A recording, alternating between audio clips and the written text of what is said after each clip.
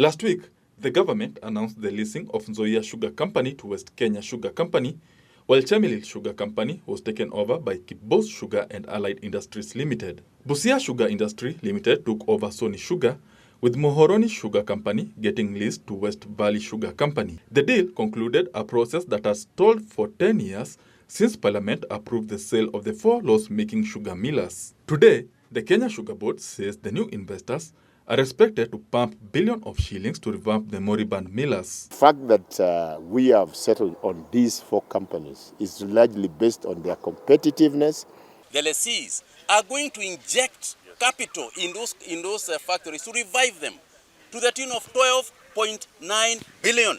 As part of the leasing agreement, the government will also clear 500 million shillings debt owed to farmers for cane deliveries and 5.6 billion shillings in workers' arrears before the end of this financial year. Under the agreement, the government will pay farmers Kenya shillings 500 million in July this year. The Kenya Sugar Board will also collect 1.5 billion shillings concession for sugar and an additional 240 million shillings for molasses, with the monies being paid as annual bonuses to farmers. But now the agreement that we've also had with the company that we have leased is that they can promptly pay the farmer.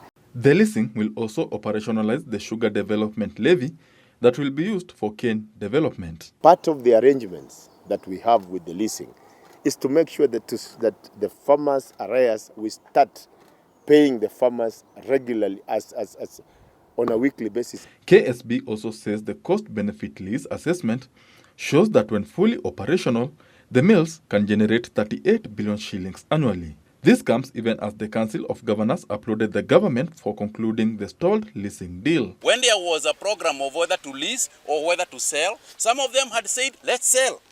The ones complaining about leasing had signed, let's sell. What is very critical for us today is that the farmers be paid their arrears and the workers be paid their arrears. Benson Rioba reporting for Prime Edition.